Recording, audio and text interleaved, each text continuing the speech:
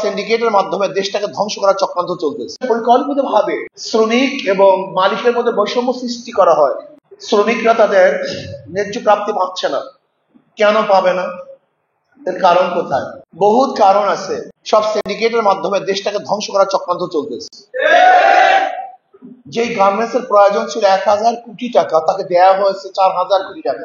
যে গার্মেন্টস এর প্রয়োজন ছিল 2000 কোটি টাকা, তাকে দেওয়া হয়েছে 8000 কোটি টাকা। মানি প্রয়োজনের চেয়ে তাকে দেওয়া হয়েছে অনেক বেশি। আবার গার্মেন্টস মালিক যে টাকাগুলি ব্যাংক খাত থেকে নিয়েছে কন্ট্রাক্টের মাধ্যমে, এত পার্সেন্ট টাকা দেওয়া হবে, তুমি আমাকে এত লোন দাও। দেখা যায় উৎপাদনের চেয়ে আমার ইনভেস্ট অনেক বেশি। সেখানে এক সমস্যা। এরপরে সমস্যা কি? সমস্যা হলো আমাদের সরকারগুলি গার্মেন্টস সেক্টরকে চালাবার জন্য যে পদ্ধতি, প্রক্রিয়া, আইন প্রণয়ন করার কথা ছিল, সেই সুন্দর আইন নাই, সেই পদ্ধতি নেই। দেখা যায় শ্রমিকদেরকে অবৈধভাবে অপসারণ করানো হয়।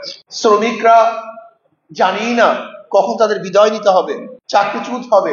এর জন্য শ্রমিকরাও আগ্রহের সাথে মন দিয়ে কাজ করছে না। আর মন দিয়ে কাজ না করার কারণে যেই পরিমাণ উৎপাদন হওয়ার দরকার, সে উৎপাদন হচ্ছে না। এখানে বৈষম্য।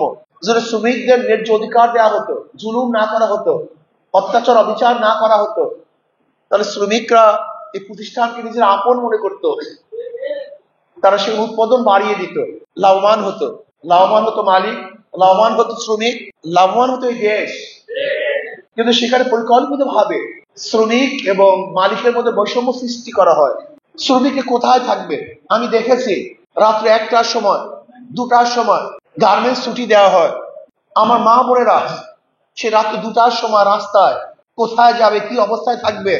গাড়ি থাকে না, যানবাহন থাকে না, তাদের নিরাপদ আশ্রয়স্থান থাকে না। এটা হবে কেন? আমি মনে করি শ্রমিকদের জন্য, খাস করে আমার বোনদের জন্য নিরাপদ আশ্রয়স্থান করা দরকার। যেমন এই গার্মেন্টস এর অধীনে যেখানে শ্রমিকরা থাকবে, তাদের জন্য স্থাপনা করা দরকার। যদি গার্মেন্টস এর অধীনে স্থাপনা করা হতো, তাহলে আমার মা বোনেরা রাত্র 2টায় 3টায় নিরাপদ অনিরাপদ অবস্থায় রাস্তায় নামতে হতো না। তাদের শ্রম আরো বাড়ানো হতো। তাদের প্রাপ্তি যদি আমরা আরো বাড়িয়ে দিতাম, তাদের কাজের প্রতি আগ্রহ আরো বাড়ত। এর জন্য আমি মনে করি মালিক এবং শ্রমিকদের মধ্যে যে দূরত্ব আছে, এই দূরত্ব কমাতে হবে।